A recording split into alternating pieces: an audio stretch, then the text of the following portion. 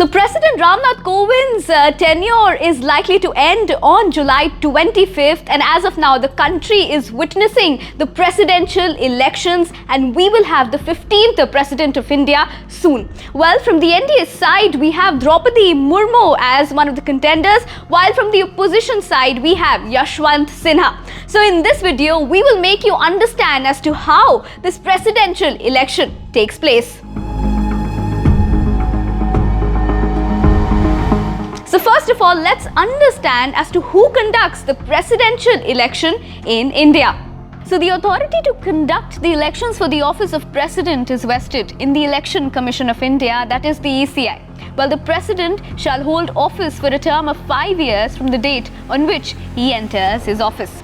So now that we know who conducts the presidential elections, let's understand the process. So speaking of the presidential election process, so the president is elected by an electoral college consisting of MPs of both houses of parliament and the MLAs of the states and Delhi and Puducherry.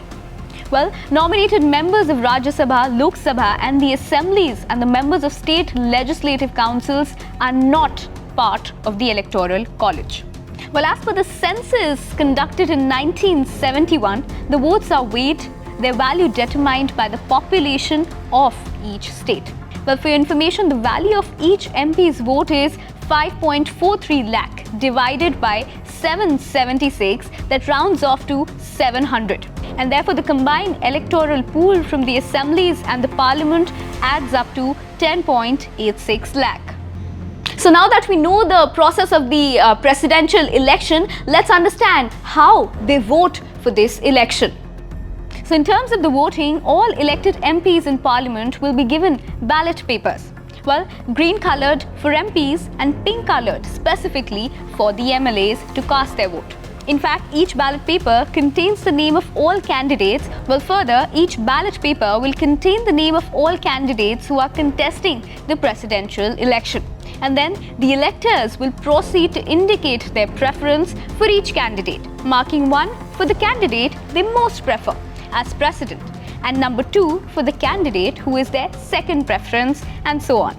So now that we've understood the process of the presidential elections voting, let's understand how the results come out and how the candidate actually wins.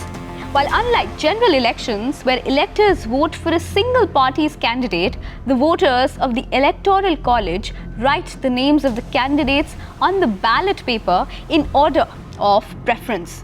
And then further, a nominated candidate does not secure victory based on a simple majority, but through a system of bagging a specific quota of votes.